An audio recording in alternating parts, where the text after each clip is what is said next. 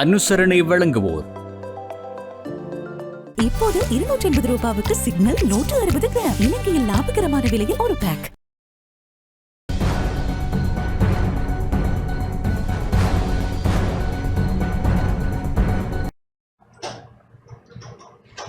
வணக்கம்.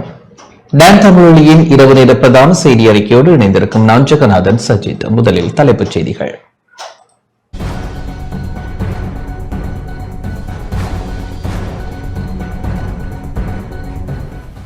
ஜனாதிபதி அனுரகுமார திசாநாயக்கவிற்கும் சர்வதேச அலையன்ஸ் கழக தலைவருக்கும் இடையில் சந்திப்பு. விவசாயிகளின் 21 கோடி ரூபாய் நிதி வீண் விரயம் செய்யப்பட்டுள்ளதாக விவசாயிகள் ஒன்றிய தலைவர் குற்றச்சாட்டு. அம்பாறை ஆலையடிவேம்பு திருநாவுக்கரசு வித்தியாலய அதிபர் மற்றும் ஆசிரியர் மீதான தாக்குதலை கண்டித்து பேரணி. ஆசிரியர் பற்றாக்குறையை தீர்க்க கோரி திருகோணமலை சம்பூர் மகா வித்தியாலயத்திற்கு முன்பாக ஆர்ப்பாட்டம்.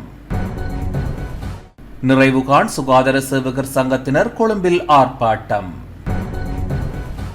நுவரெலியா தலவாக்கலை பிரதேச செயலகத்திற்கு பௌதீக வளங்களை வழங்குமாறு கோரி ஆர்ப்பாட்டம். முக்கிய பதவிகளுக்கு தகுதியற்றவர்களை நியமிக்கும் செயற்பாட்டை ஜனாதிபதி கைவிட வேண்டும் என நிரோன் பாதுக்க கோரிக்கை.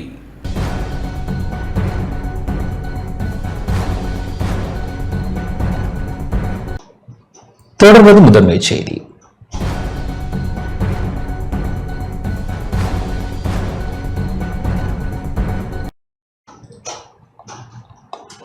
ஜனாதிபதி அனுரகுமார திசாநாயக்கவிற்கும் சர்வதேச அலையன்ஸ் கழக தலைவருக்கும் இடையில் சந்திப்பு இடம்பெற்றுள்ளது. இலங்கையில் உள்ள சிறுவர் மற்றும் இளைஞர்களின் உள ஆரோக்கியம் மற்றும் சமூக நலன்களுக்கு சர்வதேச அலையன்ஸ் கழகம் ஆதரவு வழங்கும் என சர்வதேச அலையன்ஸ் கழக தலைவர் ஃபெப்ரிசியோ ஒலிவேரா தெரிவித்துள்ளார். ஜனாதிபதி அனுரகுமார திசாநாயக்கவிற்கும் சர்வதேச அலையன்ஸ் கழக பிரதிநிதிகளுக்கும் இடையில் இன்று ஜனாதிபதி அலுவலகத்தில் இடம்பெற்ற கலந்துரையாடலின் போது இவ்வாறு குறிப்பிட்டார். சர்வதேச அலையன்ஸ் கழகத்தினால் தற்பொழுது இலங்கையில் முன்னெடுக்கப்படும் உணவு பாதுகாப்பு திட்டங்கள், பல்வேறு அனர்த்தங்களால் பாதிக்கப்பட்டவர்களுக்காக செயற்படுத்தப்படும் நிவாரண திட்டங்கள் மற்றும் கல்வி திட்டங்களை தொடர்ந்து முன்னெடுத்து செல்வதாக சர்வதேச அலையன்ஸ் கழக தலைவர் உறுதியளித்தார். இதன்போது சர்வதேச அலையன்ஸ் கழகத்தினால் இலங்கையில் ஆரம்பிக்கப்பட்டுள்ள புதிய திட்டங்கள் மற்றும் செயற்பாடுகளை பாராட்டிய ஜனாதிபதி அனுரகுமார திசாநாயக்க அவற்றுக்கு தமது நன்றியை தெரிவித்தார்.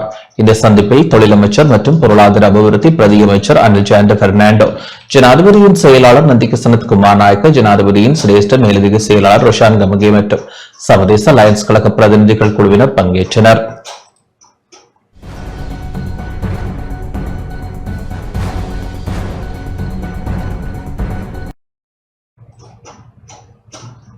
விவசாயிகளின் 21 கோடி ரூபாய் நிதி வீண் விரயம் செய்யப்பட்டுள்ளது என விவசாயிகள் ஒன்றியத்தின் தலைவர் அனுராத தின்னகோன் தெரிவித்துள்ளார்.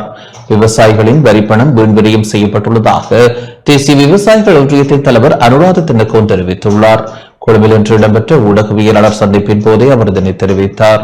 විශේෂයෙන්ම අපි මේ දිනවල අපි අනුරාධපුර දිස්ත්‍රික්කයේ විවිධ ගොවි ව්‍යාපාර විශේෂයෙන්ම සුළුවාරි මාර්ග கிராமிய மட்டத்தில் உள்ள விவசாயிகளுக்கு வழங்கப்பட வேண்டிய உரத்தில் மோசடி இடம்பெற்றுள்ளது. அதேபோன்று விவசாய கண்காணிப்பு குழுவுக்காக செலுத்தும் மறைமுக வரியினூடாகவும் முறைகேடுகள் இடம்பெற்றுள்ளன. விவசாய கண்காணிப்பு குழுவின் முன்னாள் பணிப்பாளர் நாயகம் அபேரத்ன தலைமையில் பாரிய நிதி வீண்விரயம் இடம்பெற்றுள்ளது. கடந்த காலத்தில் விவசாய கண்காணிப்பு குழுவின் கணக்கை பேணுவதற்காகவும் விவசாய வங்கிகளின் செயற்பாடுகளை ஒழுங்குபடுத்துவதற்காகவும் இலத்திரனியல் உபகரணங்கள் கொள்வனவு செய்யப்பட்டுள்ளன. அதுவும் இதற்காக 21 கோடி ரூபாய் செலவிடப்பட்டுள்ளது.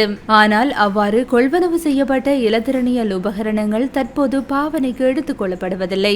அனைத்து விவசாயிகள் மத்திய நிலையங்களில் இருந்தும் பெறப்படும் வரிகளின் ஊடாகவே இந்த உபகரணங்கள் கொள்வனவு செய்யப்பட்டுள்ளன.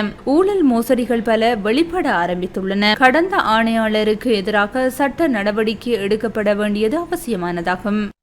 මහා පරිමාණ මුදල් අවභාවිතාව සහ ඒ පිළිබඳව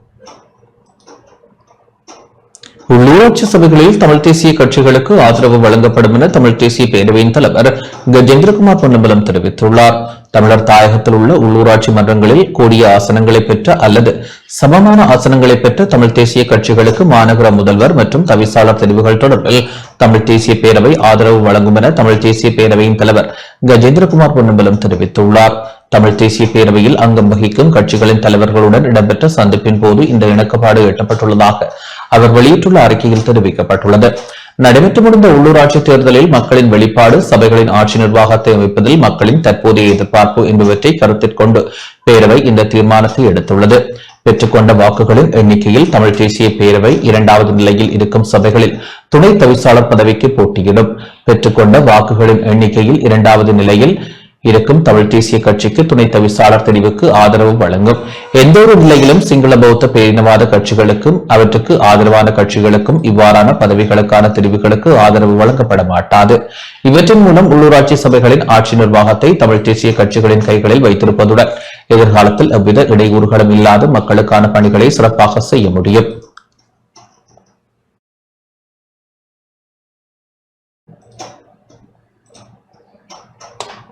ரயில் சாரதிகளுக்கு பற்றாக்குறை நிலவுவதாக ரயில்வே திணைக்களத்தின் மேலதிக பொது முகாமையாளர் வி.எஸ். பெல்வத்தகே தெரிவித்துள்ளார்.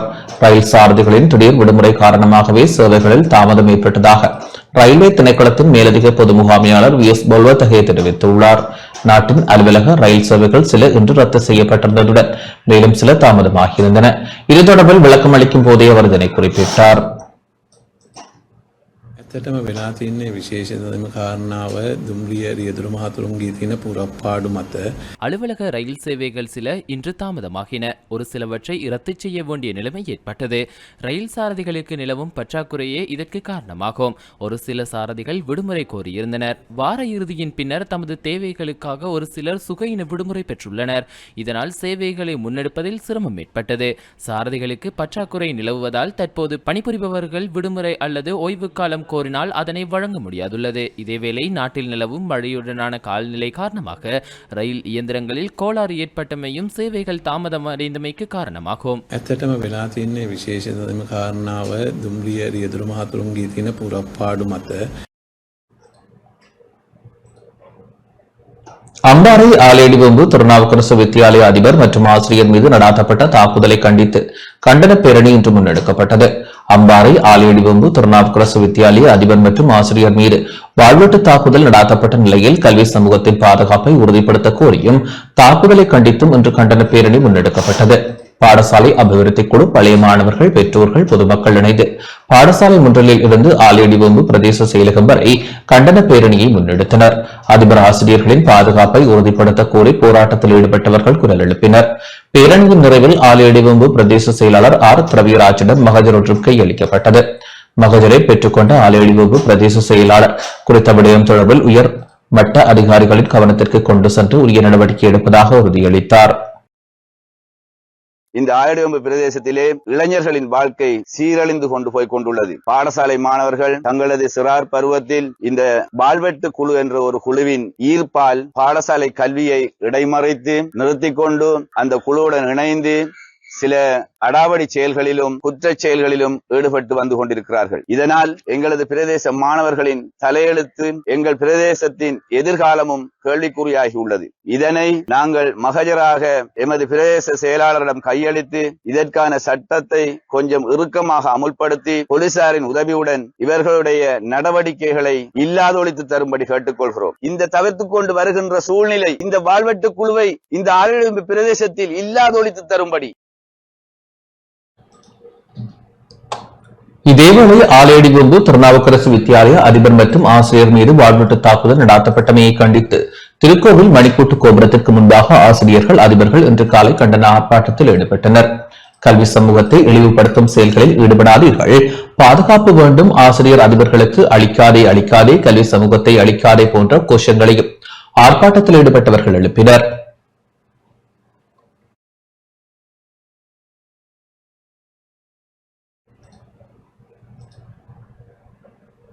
ஆசிரியர் பற்றாக்குறையை தீர்க்க கோரி திருகோணமலை சம்பூர் மகாவித்தியாலயத்திற்கு முன்பாக ஆர்ப்பாட்டம் மேற்கொள்ளப்பட்டது. திருகோணமலை சம்பூர் மகாவித்தியாலயத்தில் நிலவும் ஆசிரியர் பற்றாக்குறையை நிவர்த்தி செய்து தருமாறு கோரி பெற்றோர்கள் இன்று காலை பாடசாலைக்கு முன்பாக கவனஈர்ப்பு ஆர்ப்பாட்டத்தில் ஈடுபட்டனர். சம்பூர் மகாவித்தியாலயத்தில் 526 பாடசாலை மாணவர்கள் கல்வி பயில்கின்றனர். 20 ஆசிரியர்கள் கடமையாற்றுகின்றனர். எனினும் கணிதம், ஆங்கிலம், விஞ்ஞானம் உள்ளிட்ட 6 முக்கிய பாடங்களுக்கு ஆசிரியர் பற்றாக்குறை காணப்படுவதாகவும் இதனை நிவர்த்தி செய்து தருமாறு கோரி கவனஈர்ப்பு போராட்டம் முன்னெடுக்கப்பட்டது. ஆர்ப்பாட்டத்தில் ஈடுபட்டோர் ஸ்லோகங்களை ஏந்தி கோஷங்களை எழுப்பி ஆர்ப்பாட்டத்தில் ஈடுபட்டனர். ஆர்ப்பாட்ட இடத்திற்கு மூதூர் வலயக்கல்வி அலுவலகத்தின் பிரதிக்கல்வி பணிப்பாளர் தேவதாஸ் ஜெயந்தன் வருகை தந்தார்.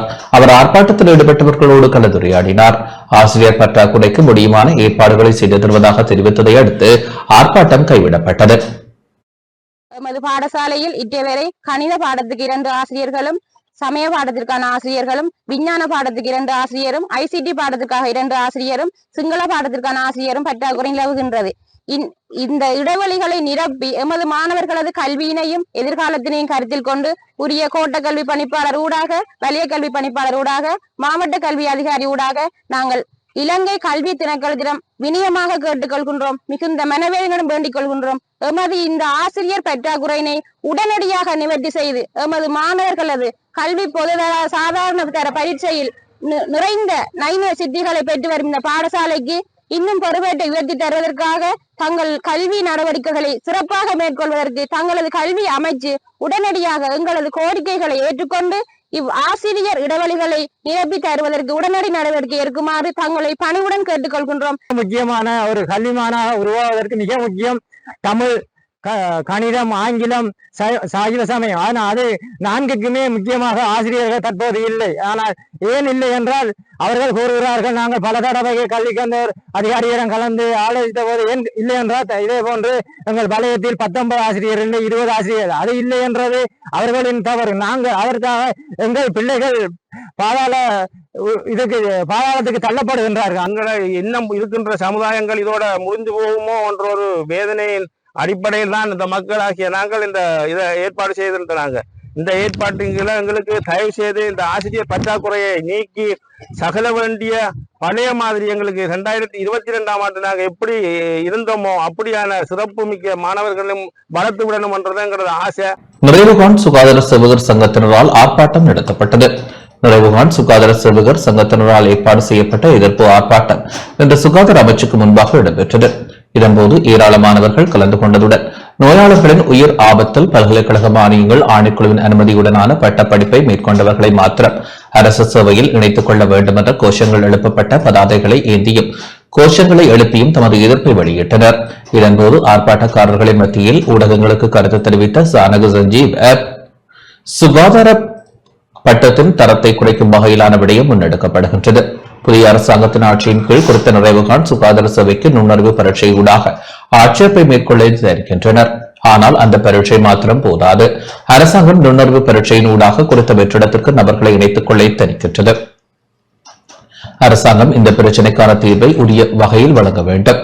அதனை அரசாங்கம் கவனத்தில் கொள்ளாத பட்சத்தில் வேலைநிறுத்த போராட்டத்தை முன்னெடுப்போம் என தெரிவித்தார்.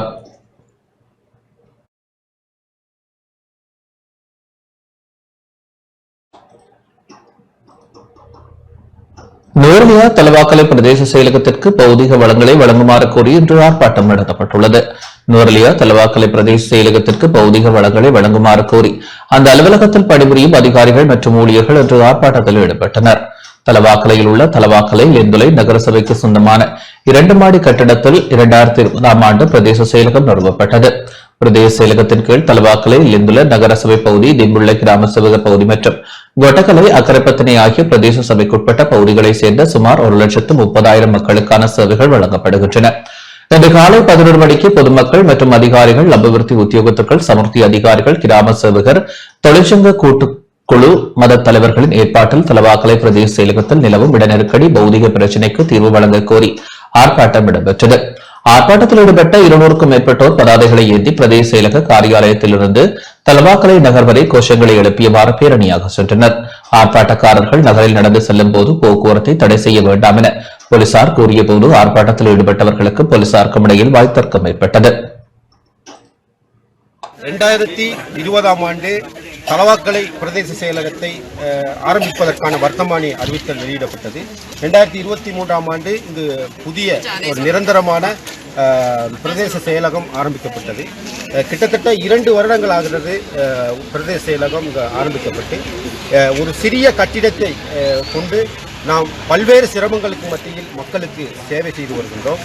கிட்டத்தட்ட 1,50,000க்கும் மேற்பட்ட மக்கள் தொகை விசாலமான நிலப்பரப்பிலே இங்கு வாழ்ந்து கொண்டிருக்கின்றார்கள். அதே போன்று 150க்கும் மேற்பட்ட ஊழியர்கள் இந்த சிறிய கட்டிடத்திலே பல்வேறு அசவுகளுக்கு மத்தியிலே பணிபுரிகிறார்கள். எனவே இதனை கருத்தில் கொண்டு மக்களுடைய சேவையை கௌரவமாகவும் சிறப்பாக செய்வதற்கு ஏதுவான ஒரு கட்டிட வசதியை பெற்றுக் கொடுக்க வேண்டியது மிகவும் அவசியமாக இருக்கிறது.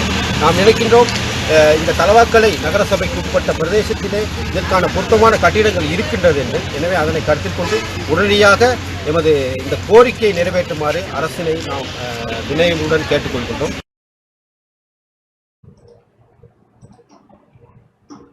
கிளிநொச்சி மாவட்ட செயலகத்தில் தீயணைப்பு பயிற்சி தொடர்பான ஒத்திகை இன்று இடம்பெற்றது.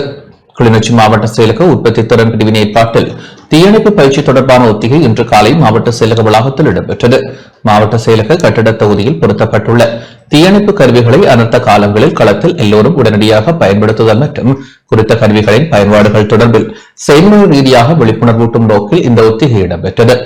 தீ விபத்து ஏற்பட்டால் எப்படி தடுப்பது, விபத்து ஏற்பட்டால் கடைபிடிக்க வேண்டிய பாதுகாப்பு அம்சங்கள், தீயணைப்பு கருவிகளின் பயன்பாடுகள் மற்றும் கையாளுகை தொடர்பான தெளிவூட்டல் என்பன தொடர்பில் மாவட்ட அனர்த்த ஒருங்கிணைப்பு பிரிவின் உதவி பணிப்பாளர் சி கோகுலராஜா ஒத்திகை மூலம் விளக்கினார். தொடர்ந்து தீயணைப்பு கொள்கலன்களை கையாள்கின்ற முறைமை தொடர்பாக செயல்முறை ரீதியாக விளக்கம் அளிக்கப்பட்டு உத்தியோகத்தர்களும் கையாளுவதற்கான சந்தர்ப்பம் வழங்கப்பட்டு தெளிவூட்டப்பட்டது. இந்த செயலமர்வில் கிளிநொச்சி மாவட்ட பதில் அரசாங்க அதிபர் எஸ் முரளிதரன், காணிப்பகுதிக்கான மேலதிக அரசாங்க அதிபர் இ நலாயினி, பதவி நிலை உத்தியோகத்தர்கள், மாவட்ட அனர்த்த ஒருங்கிணைப்பு பிரிவின் உத்தியோகத்தர்கள், உற்பத்தி திறன் பிரிவு உத்தியோகத்தர்கள், பொதுமக்கள் பங்கேற்றனர்.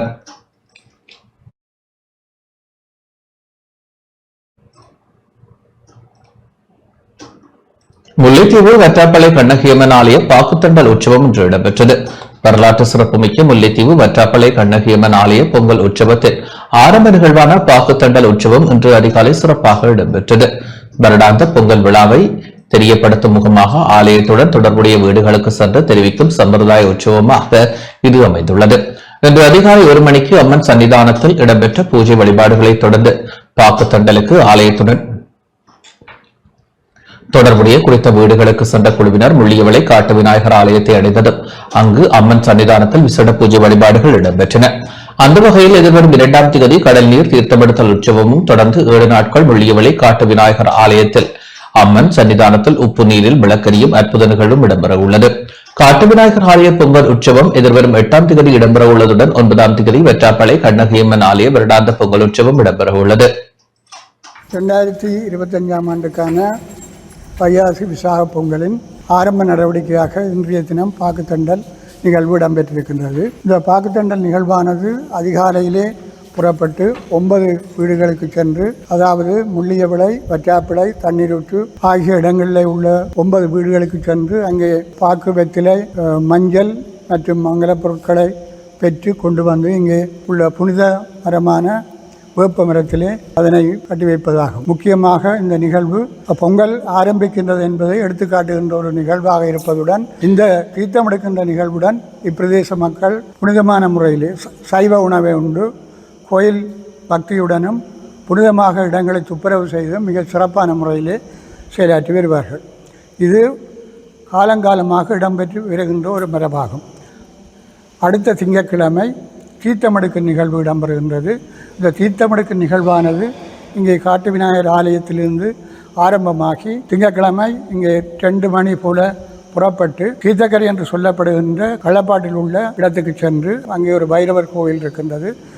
அதன் முன்னால் உள்ள கடலிலே இறங்கி தீர்த்தமெடுக்கின்ற நிகழ்வும், அந்த தீர்த்த உப்பு நீரை இங்கே கொண்டு வந்து கோயிலே வைத்து பிள்ளையார் முன்னிலையில் வைத்துவிட்டு பின்னர் மடப்பண்ணம் எடுத்து அம்மன் சந்நிதியிலே அந்த தீர்த்தம் வைக்கப்பட்டு அங்கே ஒரு நிகழ்வொன்று அன்றைய தினம் இடம்பெறும். அதைத் தொடர்ந்து 7 நாட்கள் இங்கே உப்பு நீரிலே விளக்குகின்ற மிகவும் அற்புதமான காட்சியை இங்கே காணக்கூடியதாக இருக்கும். வவுனியா ஓமந்தையில் இடம்பெற்ற விபத்தில் ஒருவர் உயிரிழந்துள்ளார்.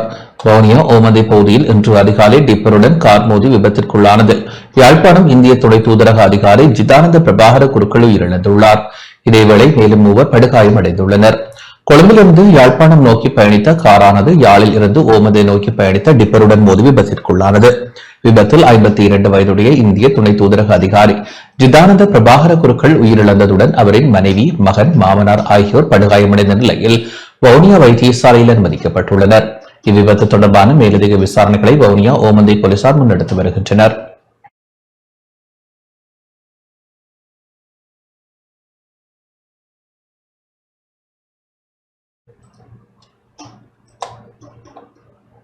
ஏறாவூர் தொடர்பில் பொதுபல சேனா அமைப்பின் செயலாளர் பொய்யான குற்றச்சாட்டுகளை முன்வைப்பதாக ஜமியத்துல் உலமா சபையின் ஏறாவூர் கிளை தெரிவித்துள்ளது.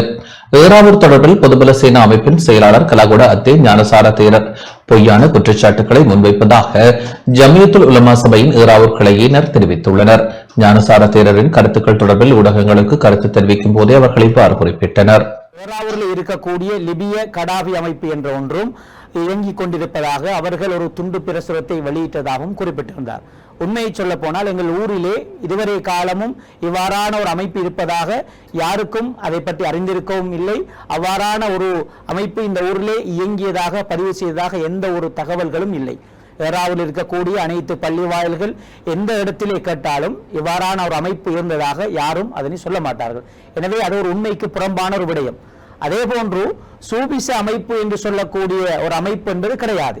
ஏறாவூரிலே தரீகாவை பின்பற்றக்கூடிய முஸ்லிம்கள் சகோதரர்கள் எல்லோரும் இருக்கிறார்கள். ஆனால் சூபிச அமைப்பு என்ற பெயரில் எதுவும் கிடையாது.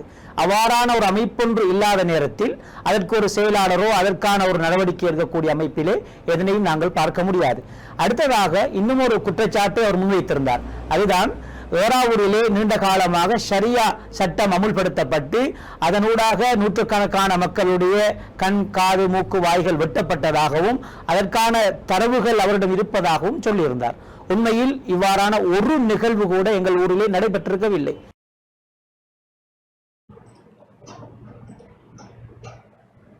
முக்கிய பதவிகளுக்கு தகுதியானவர்கள் நியமிக்கப்பட வேண்டும் என முன்னாள் நாடாளுமன்ற உறுப்பினர் ரோஷன் பாதுக்கு தெரிவித்துள்ளார். முக்கிய பதவிகளுக்காக தகுதியற்றவர்களை நியமிக்கும் செயற்பாட்டை ஜனாதிபதி அனுரகுமார திசாநாயக்க தலைமையிலான அரசாங்கம் கைவிட வேண்டும் என முன்னாள் நாடாளுமன்ற உறுப்பினர் ரோஷன் பாதுக்கு தெரிவித்துள்ளார். கொழும்பில் இன்று இடம்பெற்ற செய்தியாளர் சந்திப்பில் கலந்து கொண்டு கருத்து தெரிவிக்கும் போதே அவர் இதனை தெரிவித்தார். තනතුරක වාඩි වෙන්න ආවම විශ්වවිද්‍යාලය අදාළ නැහැ. කාලය දේශ දීපේ කුලේම ඕනේ නැහැ. සුදුසුකම් බලන්නේ. அனைத்து நியமனங்களும் அரசியல் நலன் கருதியே வழங்கப்படுகின்றது. ஜனாதிபதி வீண் உறுதிமொழிகளை மாத்திரம் வழங்க வல்லவர் என நாங்கள் கடந்த வருடம் நவம்பர் மாதமே கூறியிருந்தோம். அதனை தாண்டி அரசியல் ஞானம் மற்றும் கொள்கை திட்டம் என்பன அவரிடமில்லை. இந்த விடயம் தற்போது கண்முன்பாக நிரூபணமாகியுள்ளது. காமினி விஜயசிங்க, சரத் மாயதுன்னே ஆகியோர் தமக்கு விருப்பமான அரசியல் நிலைப்பாட்டை மனதில் வைத்து கணக்காய்வாளர் பதவிக்காக கடமைகளை உரிய வகையில் நிறைவேற்றியவர்கள். நாட்டின் அரசு நிறுவனங்கள் உரிய வகையில் இயங்குவதற்கு தகுதி வாய்ந்தவர்கள் நியமிக்கப்பட வேண்டும். அந்த வகையில் கணக்காய்வாளர் நாயகம் மற்றும் கொழும்பு பல்கலைக்கழக உபவேந்தர் ஆகியவற்றுக்கான பதவிகளுக்கு தகுதியானவர்கள் நியமிக்கப்பட வேண்டும். කාලය දේශ දීපේ කුලේම ඕනේ නැහැ. සුදුසුකම් බලන්නේ. இந்திய மீனவர்களின் அத்துமீறலை தடுப்பதற்கு தேவையான அனைத்து நடவடிக்கைகளையும் மேற்கொள்ளுமாறு கடற்படைக்கு ஆலோசனை வழங்கப்பட்டுள்ளது. இந்திய மீனவர்களின் அத்துமீறலை தடுப்பதற்கும் மீன்பிடி என்ற கோவையில் இடம்பெறும் போதைப்பொருள் கடத்தல்களை முறியடிப்பதற்கும் தேவையான அனைத்து நடவடிக்கைகளையும் மேற்கொள்ளுமாறு கடற்படைக்கு ஆலோசனை வழங்கப்பட்டுள்ளது. கடற்தொழில், நீரியல் மற்றும் கடல் வளங்கள் அமைச்சுக்கும் பாதுகாப்பு அமைச்சுக்கும் இடையில் நாடாளுமன்ற வளாகத்தில் கலந்துரையாடல் இடம்பெற்றது. கடற்தொழில், நீரியல் மற்றும் கடல் வளங்கள் அமைச்சர் இ சந்திரசேகர் தலைமையில் இடம்பெற்ற கலந்துரையாடலில் பாதுகாப்பு பிரதி அமைச்சர் அருண ஜெயசேகர, கடற்தொழில், நீரியல் மற்றும் கடல் வளங்கள் பிரதி அமைச்சர் ரத்ன கமகே, இரு அமைச்சர்களிடம் செயலாளர்கள் உள்ளிட்ட அதிகாரிகள் மற்றும் கடற்படை தளபதிகள் பங்கேற்றனர். காணி பிரச்சினை, மீன்பிடி துறைமுகங்களில் நிலவும் பிரச்சினைகள், தடை செய்யப்பட்ட உபகரணங்களை பயன்படுத்தி சட்டவிரோதமாக மீன்பிடி நடவடிக்கையில் ஈடுபடும் விவகாரம், போதைப்பொருள் கடத்தல் மற்றும் இந்திய மீனவர்கள் இலங்கை கடற்பரப்பிற்குள் அத்துமீறி நுழைதல் உள்ளிட்ட விடயங்கள் தொடர்பில் விரிவாக ஆராயப்பட்டதுடன் தீர்வுகள் குறித்தும் அவதானம் செலுத்தப்பட்டது. இந்திய மீனவர்களின் அத்துமீறல்களுக்கு மத்தியிலேயே போதைப்பொருள் கடத்தலும் இடம்பெற உள்ளது. இதனால் இந்திய மீனவர்களின் அத்துமீறலை தடுப்பதற்கும் இலங்கை கடல் வளத்தை பாதுகாப்பதற்கும் தேவையான அனைத்து நடவடிக்கைகளையும் மேற்கொள்ளுமாறு கடற்படையினருக்கு ஆலோசனை வழங்கப்பட்டுள்ளது.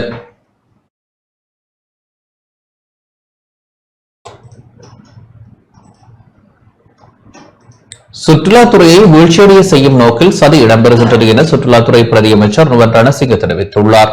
சுற்றுலாத்துறையை வீழ்ச்சியடைய செய்யும் நோக்கில் சமூக ஊடகங்களின் ஊடாக போலி பிரசாரம் மேற்கொள்ளப்படுவதாக சுற்றுலாத்துறை பிரதி அமைச்சர் ருவன் ரணசிங்க தெரிவித்துள்ளார்.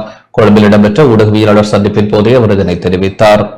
වැලිගම ප්‍රදේශයේ කේන්ද්‍ර කරගනිමින් පිලිපීන සංචාරකයෙක්ට பிலிப்பைன்ஸ் நாட்டின் சுற்றுலா பயணி ஒருவர் தாக்கப்பட்டதான காணொலி ஒன்று சமூக ஊடகங்களில் வெளியாகியுள்ளது. இந்த சம்பவமானது கடந்த 2014ஆம் ஆண்டு பிப்ரவரி மாதம் வெலிகம போலீஸ் பிரிவில் இடம்பெற்றுள்ளது. ஆனால் இந்த காணொலி இப்பொழுதே வெளியாகியுள்ளது. வங்குரோத்து நிலையிலிருந்து பொருளாதாரத்தை முன்னோக்கிய பாதைக்கு இட்டுச் செல்லும் முயற்சிகளை மேற்கொண்டு வரும் நிலையில் அவற்றை குழப்பும் வகையிலேயே இந்த விடயம் மேற்கொள்ளப்பட்டுள்ளது. இத்தகைய நடவடிக்கைகளை மேற்கொள்ளலாம் என எவரேனும் நினைப்பார்களாயின் அவர்களுக்கு எதிராக சட்ட நடவடிக்கை எடுக்கப்படும். යම්කිසි කණ්ඩායමක් විසින් යම්කිසි ක්‍රියාමාර්ග ගනිමින් පුහු බොරු උත්සාහ දරමින් ඉන්නවා නම් ඒවා ව්‍යර්ථ කරන්න. கிளிநொச்சி பன்னங்கண்டி பகுதிக்கான நீர் விநியோக வாய்க்காலின் கொங்கிரீட் கட்டுமான கதவு விஷமிகளால் சேதப்படுத்தப்பட்டுள்ளது.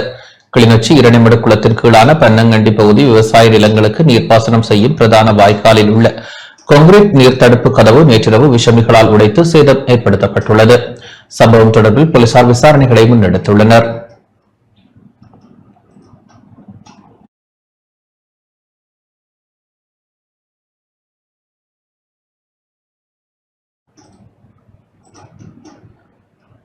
ஆறுமுகம் தொண்டமானின் நினைவு நாள் அனுஷ்டிக்கப்பட்டது.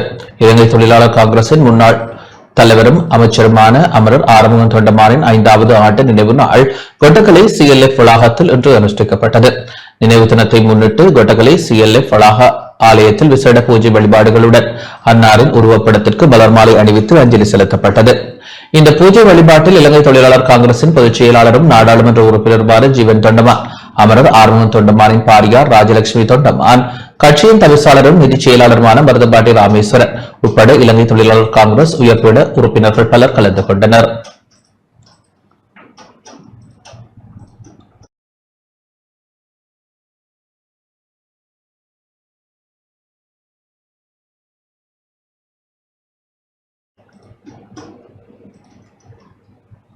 திருகோணமலை மூதூர் பாட்டாளிபுரம் இளைஞர் வள நிலையத்தின் ஏற்பாட்டில் கலை இலக்கிய பண்பாட்டு விழா சிறப்பாக இடம்பெற்றது.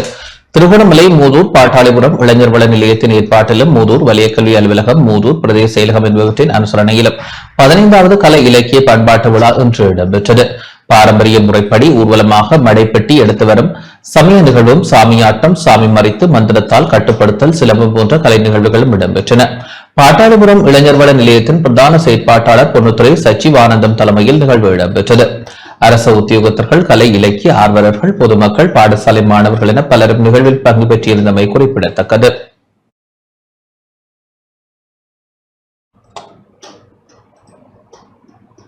மட்டக்களப்பு களுவாஞ்சிக்குடி ஆதார வைத்தியசாலையினால் அரசு உத்தியோகத்தர்களுக்கான வைத்திய பரிசோதனை முகாம் நடத்தப்படுகின்றது.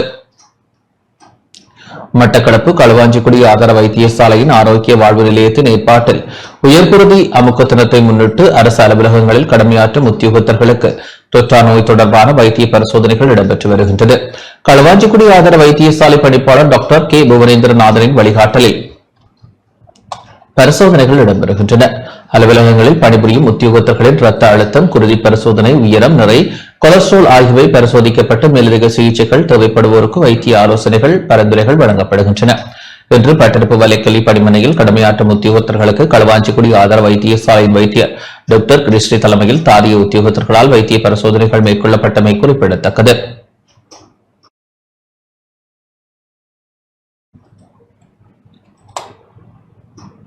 டெங்கு நுழம்புகளை கட்டுப்படுத்தும் விசேட வேலை திட்டம் முன்னெடுக்கப்பட்டுள்ளது. டெங்கு நுழம்புகளை கட்டுப்படுத்தும் விசேட வேலை திட்டத்தின் கீழ் 1,28,824 இடங்கள் பரிசோதனைக்கு உட்படுத்தப்பட்டதாக சுகாதார அமைச்சு தெரிவித்துள்ளது. இம்மாதம் 19ஆம் தேதி முதல் 24ஆம் தேதி வரை 15 மாவட்டங்களில் டெங்கு நுழம்புகளை கட்டுப்படுத்தும் விசேட வேலை திட்டம் முன்னெடுக்கப்பட்டது. அதன் பிரகாரம் டெங்கு நுழம்பு பெருக்க 31,145 இடங்கள் அடையாளம் காணப்பட்டன. மேலும் 3,916 பகுதிகளுக்கு சிவப்பு அறிவிப்புகள் விடுக்கப்பட்டுள்ளதுடன் 1,470 பகுதிகளுக்கான சட்ட நடவடிக்கைகள் எடுக்கப்பட்டன. தென்மேற்கு பருவமழை தொடங்குவதால் எதிர்வரும் நாட்களில் டெங்கு நோயாளர்களின் எண்ணிக்கை மேலும் அதிகரிக்கும் என எதிர்பார்க்கப்படுகின்றது. பொதுமக்கள் தங்கள் வீடுகள் மற்றும் அலுவலகங்களை சுற்றியுள்ள சூழலில் நுழம்புகள் பெருகாத வண்ணம் பராமரிக்க வேண்டும் என சுகாதார அமைச்சு வேண்டுகோள் விடுத்துள்ளது.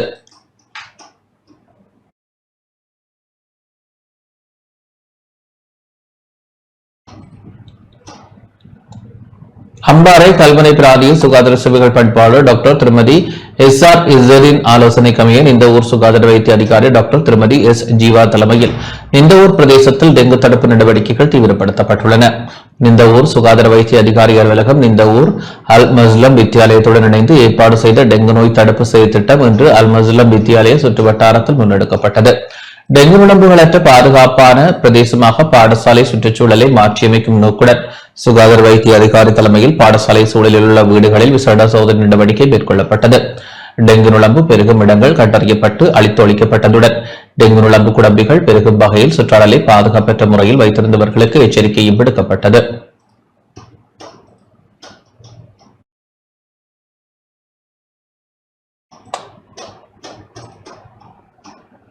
தேங்காய்க்கு கட்டுப்பாட்டு விலை அவசியம் என தேசிய பாவனையாளர் முன்னணியின் தலைவர் தெரிவித்துள்ளார். தேங்காய் விலை மீண்டும் உயர்ந்துள்ளதாக தேசிய பாவனையாளர் முன்னணியின் தலைவர் அசேல சம்பத் தெரிவித்துள்ளார். கொழும்பில் இடம்பெற்ற செய்தியாளர் சந்திப்பில் கலந்து கொண்டு கருத்து தெரிவிக்கும் போதே அவர் இதனை தெரிவித்தார். මේ පවුල් කුටුම්බයට අවශ්‍ය ආහාර පාන මේ ක්‍රියාවලීදී ඒගොල්ලන්ට බරපතල ගණේ தேங்காய் ஒன்று தற்போது 200 ரூபாவுக்கும் அதிகரித்த விலையில் விற்பனை செய்யப்படுகின்றது. தேங்காய்க்கான கட்டுப்பாட்டு விலை அல்லது நிர்ணய விலையை ஏன் அரசாங்கத்தால் இதுவரை முன்வைக்க முடியாதுள்ளது? அரச மற்றும் தனியார் பிரிவு தெங்கு பயிர் செய்கையாளர்களுடன் கலந்துரையாடி சாதாரண விலைக்கு தேங்காயை விற்பனை செய்ய முடியும் அல்லவா? வாய் வார்த்தை வீரர்களுக்கு நாட்டு மக்களுக்கு நாளாந்த தேவைக்கான தேங்காயை ஏன் வழங்க முடியாது போனது? பெரும்பாலான மக்கள் இன்று தேங்காய் பயன்பாட்டை தவிர்த்துள்ளனர். விரைவில் இதற்கான உரிய தீர்வை அரசாங்கம் முன்வைக்க வேண்டும். අපි ආන රජේ මේ පොල් සංවර්ධන අමාත්‍යාංශේ ඔගොල්ලෝ මොනවද කරේ කියලා අපි අහනවා. ඇයි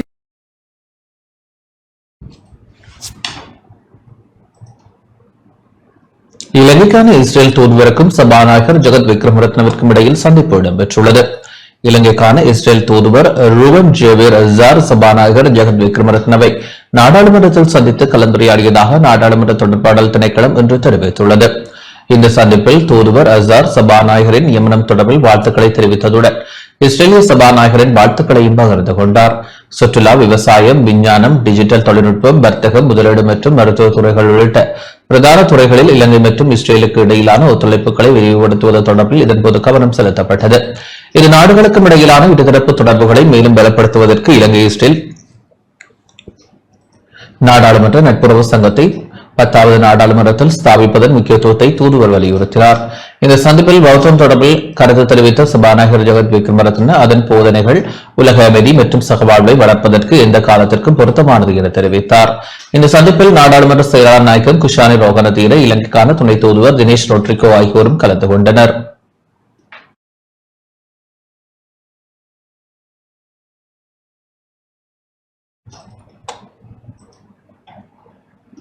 உலக மூளை விழிப்புணர்வு தினம் யாழ்ப்பாணத்தில் அனுஷ்டிக்கப்பட்டது. உலக மூளை விழிப்புணர்வு தினத்தை முன்னிட்டு நேற்று யாழ்ப்பாணத்தில் நடைபவனி இடம்பெற்றது. உடலில் மிக முக்கிய அங்கமான மூளையில் ஏற்படும் நோய்கள் பற்றிய விழிப்புணர்வு மிக முக்கியமானதாகும். விபத்தொன்றில் மூளையில் பாதிப்பு ஏற்பட்டால் அது வாழ்நாள் முழுவதும் ஏனைய அங்கங்களின் செயற்பாடுகளையும் பாதிக்கும். ஆகவே விபத்தொன்றை தவிர்க்க அனைத்து முன் பாதுகாப்பு பற்றி எப்போதும் கரிசனையாக இருக்க வேண்டும். விபத்து ஏற்பட்டுவிட்டால் உடனடி பொருத்தமான சிகிச்சை பற்றி அறிந்திருக்க வேண்டும். அவ்வாறு மூளையில் ஏற்படுகின்ற ஏனைய நோய்கள் பற்றியும், நோய்கள் வராமல் தடுப்பதற்கான நடவடிக்கைகள் பற்றியும், நோய் ஏற்பட்டு விட்டால் கிரமமான பொருத்தமான சிகிச்சை பற்றியும் அவதானமாக இருக்க வேண்டும். உடற்பயிற்சி செய்வதன் மூலம் பல்வேறு தொற்றா நோய்கள், உயர் இரத்த அழுத்தம், நீரிழிவு நோய், புற்றுநோய், பக்கவாதம், மாரடைப்பு ஏற்படுவதை தடுக்க முடியும். பல்வேறு தொற்றா நோய்களை தடுத்தால் மூளையின் பின்னாளில் ஏற்படும் பல வியாதிகளையும் தடுக்க முடியும். ஆகவே இந்த விழிப்புணர்வை ஏற்படுத்துவதற்கு யாழ்ப்பாணத்தில் விழிப்புணர்வு நடைபவனி மற்றும் ஓட்டம் இடம்பெற்றது. இலங்கை நரம்பியல் நிபுணர் சங்க அனுசரணையில் அதன் தலைவர் அஜந்தா கேசவராஜ் தலைமையில் இடம்பெற்ற நிகழ்வில் மாணவர்கள், இளைஞர்கள் மற்றும் ஆர்வலர்கள் பங்கேற்றனர்.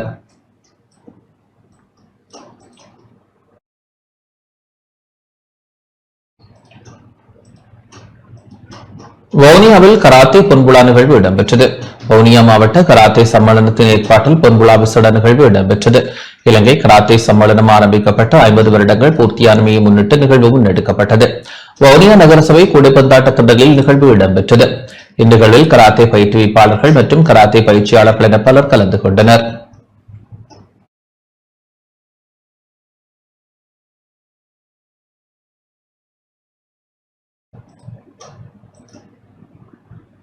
பவனிலாவில் கிர்கஸ்வோல்ட் தோட்ட பகுதியில் மூடப்பட்டு கிடக்கும் பிரஜாசக்தி நிலையத்தின் ஆரம்பகட்ட பணி முன்னெடுக்கப்படும் என பிரதியமைச்சர் சுந்தரலிங்கம் பிரதீப் தெரிவித்துள்ளார்.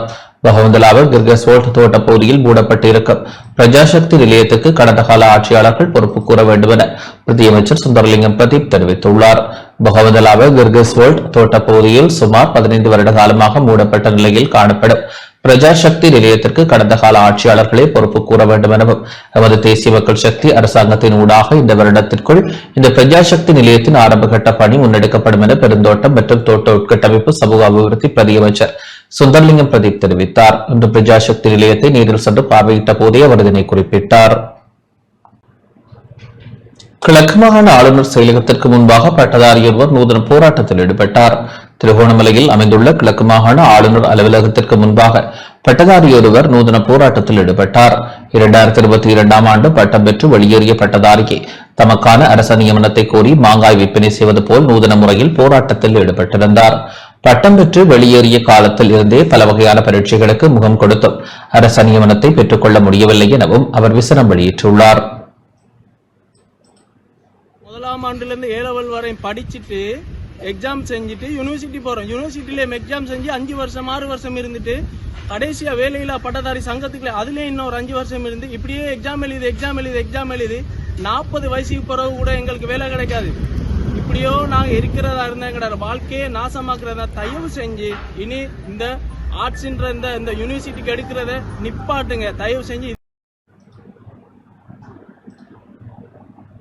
மட்டக்களப்பு பெரிய கல்லாறு கோல்டன் விளையாட்டுக் கழகத்தின் 60வது ஆண்டு கழக தின நிகழ்வுகள் இடம்பெற்றன. மட்டக்களப்பு பெரிய கல்லாறு கோல்டன் விளையாட்டுக் கழகத்தின் 60வது ஆண்டு நிறைவினை சிறப்பிக்கும் வகையில் கழக தினம் சிறப்பான முறையில் இடம்பெற்றது. மண்முனை தென் எருவில்பட்டு பிரதேச செயலக பிரிவில் நீண்ட வரலாற்று பின்னணியை கொண்ட பெரிய கல்லாறு கோல்டன் விளையாட்டுக் கழகம் பல்வேறு சமூக செயற்பாடுகளையும் விளையாட்டு செயற்பாடுகளையும் முன்னெடுத்து வருகின்றது.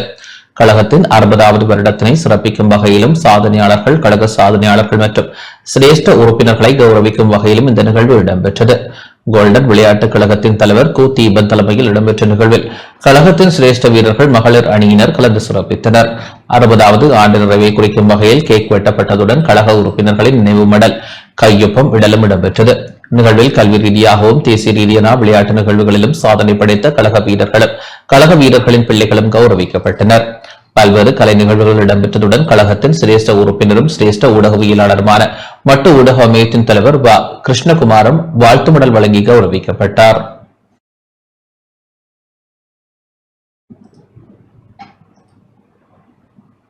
நாடாளுமன்றம் எதிர்வரும் 3ஆம் தேதி முதல் 6ஆம் தேதி வரை கூட உள்ளது. நாடாளுமன்றம் எதிர்வரும் ஜூன் மாதம் 3ஆம் தேதி முதல் 6ஆம் தேதி வரை கூட உள்ளதாக நாடாளுமன்ற செயலாளர் நாயகம் குஷானி ரோஹணதீர தெரிவித்துள்ளார். சபாநாயகர் ஜெகத் விக்ரமரத்ன தலைமையில் அண்மையில் கூடிய நாடாளுமன்ற அலுவல்கள் பற்றிய குழு கூட்டத்தில் 20 தீர்மானம் எடுக்கப்பட்டதாக தொடர்பாடல் திணைக்களம் இன்று வெளியிட்டுள்ள அறிக்கையில் தெரிவித்துள்ளது. அதற்கமைய ஜூன் மாதம் 3ஆம் தேதி காலை 9:30 மணி முதல் காலை 10 மணி வரை நிலையேற்கட்டளை 22 குறிப்பிடப்பட்டுள்ள 1 முதல் 6 வரையான நாடாளுமன்ற அலுவல்களுக்காக நேரம் ஒதுக்கப்பட்டுள்ளது. இதனை அடுத்து முற்பகல் 11 மணி வரை வாய்மூல விடைக்கான கேள்விகளுக்கான நேரம் ஒதுக்கப்பட்டுள்ளதுடன் முற்பகல் 11 மணி முதல் முற்பகல் 11:30 மணி வரையான நேரம் நிலையேற்கட்டளை 27(2) கீழான கேள்விகளுக்கு ஒதுக்கப்பட்டுள்ளது. இதனைத் தொடர்ந்து முற்பகல் 11:30 மணி முதல் மாலை 5 மணி வரை தனிப்பட்ட தரவு பாதுகாப்பு திருத்த சட்ட மூலத்தின் 2வது மதிப்பீடு விவாதத்திற்காக நேரம் ஒதுக்கப்பட்டுள்ளது. இதன் பின்னர் மாலை 5 மணி முதல் 5:30 மணி வரை ஆளும் கட்சியினால் கொண்டுவரப்படும் ஒத்திவைப்பு பிரேரணையின் போதான பிரேரணை மீது விவாதம் இடம்பெற உள்ளது. ஜூன் மாதம் 4ஆம் தேதி காலை 9:30 மணி முதல் காலை 10 மணி வரை நிலையேற்கட்டளை 22 குறிப்பிடப்பட்டுள்ள 1 முதல் 6 வரையான நாடாளுமன்ற அலுவல்களுக்கு நேரம் ஒதுக்கப்பட்டுள்ளது. அதனையடுத்து காலை 10 மணி முதல் காலை 10:30 மணி வரை பிரதமரிடம் கேட்கப்படும் கேள்விகளுக்காக நேரம் ஒதுக்கப்பட்டுள்ளது. அதன் பின்னர் முற்பகல் 11 மணி வரை வாய்மூல விடைக்கான வினாக்களுக்கு நேரம் ஒதுக்கப்பட்டுள்ளதுடன் முற்பகல் 11 மணி முதல் 11:30 மணி வரை நிலையேற்கட்டளை 27(2) கீழ் கேள்விகளுக்கு நேரம் ஒதுக்கப்பட்டுள்ளது. அதனையடுத்து முற்பகல் 11:30 மணி முதல் பிற்பகல் 12:30 மணி வரை குற்றவியல் நடவடிக்கை முறை சட்டக்கோவை திருத்த சட்டம் மூலம் நிலையேற்கட்டளை ஆராயப்பட்டு 3வது மதிப்பீட்டிற்காக சமர்ப்பிக்கப்படும்.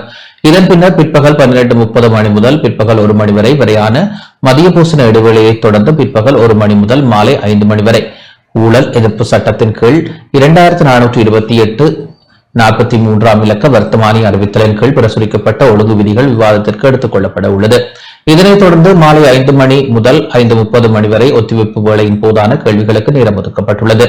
ஜூன் மாதம் 5ஆம் தேதி காலை 9:30 மணி முதல் காலை 10 மணி வரை நிலையேற் கட்டளை 22 குறிப்பிடப்பட்டுள்ள 1 முதல் 6 வரையான நாடாளுமன்ற அலுவல்களுக்கு நேரம் ஒதுக்கப்பட்டுள்ளது. காலை 10 மணி முதல் முற்பகல் 11 மணி வரை வாய்மூல விடைக்கான கேள்விகளுக்கு நேரம் ஒதுக்கப்பட்டுள்ளதுடன் முற்பகல் 11 மணி முதல் 11:30 மணி வரையான நேரம் நிலையேற் கட்டளை 27(2) கீழான கேள்விகளுக்கு ஒதுக்கப்பட்டுள்ளது. இதனைத் தொடர்ந்து முற்பகல் 11:30 மணி முதல் மாலை 5 மணி வரை தேசிய போக்குவரத்து ஆணைக்குழு திருத்த சட்டம் மூலம் தொடர்பான 2வது மதிப்பீட்டு விவாதம் இடம்பெற உள்ளது. இதனைத் தொடர்ந்து மாலை 5 மணி முதல் 5:30 மணி வரை எதிர்க்கட்சியினால் கொண்டுவரப்படும் ஒத்திவைப்பு வேளையின் போதான பிரேரணை மீதான விவாதம் இடம்பெற உள்ளது. இதேவேளை ஜூன் மாதம் 6ஆம் தேதி காலை 9:30 மணி முதல் காலை 10 மணி வரை நிலையேற் கட்டளை 22 குறிப்பிடப்பட்டுள்ள 1 முதல் 6 வரையான நாடாளுமன்ற அலுவல்களுக்கு நேரம் ஒதுக்கப்பட்டுள்ளது. அதனையடுத்து காலை 10 மணி முதல் முற்பகல் 11 மணி வரை வாய்மூல விடைக்கான வினாக்களுக்கு நேரம் ஒதுக்கப்பட்டுள்ளதுடன் முற்பகல் 11 மணி முதல் முற்பகல் 11:30 மணி வரை நிலையேற் கட்டளை 27(2) கீழ் கேள்விக்கு நேரம் ஒதுக்கப்பட்டுள்ளது. அதனையடுத்து முற்பகல் 11 மணி முதல் 5 மணி வரை மறைந்த நாடாளுமன்ற உறுப்பினர்களான கோசல நுவன்ஜாயவீர, ஜி.ஆர்.பி. சூரியபெரும, இரா சம்பந்தன், மாவை சேனாதிராஜா, டொனால்ட் திசநாயக்க ஆகியோர் தொடர்பான அனுதாப பிரேரணை எடுத்துக் கொள்ளப்பட உள்ளது. இதன் பின்னர் மாலை 5 மணி முதல் 5:30 மணி வரை ஒத்திவைப்பு வேளையின் போதான கேள்விகளுக்காக நேரம் ஒதுக்கப்பட்டுள்ளது.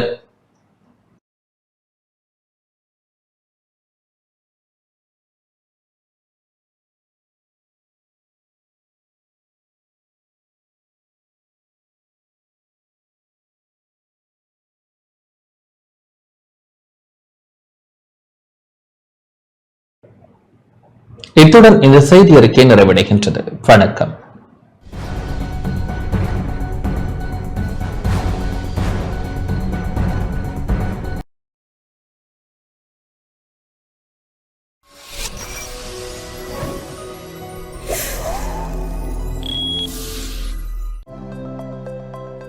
அனுசரணை வழங்கியோர் இப்போது 280 ரூபாவுக்கு சிக்னல் 160 கிராம். இலங்கையில் லாபகரமான விலையில் ஒரு பேக்.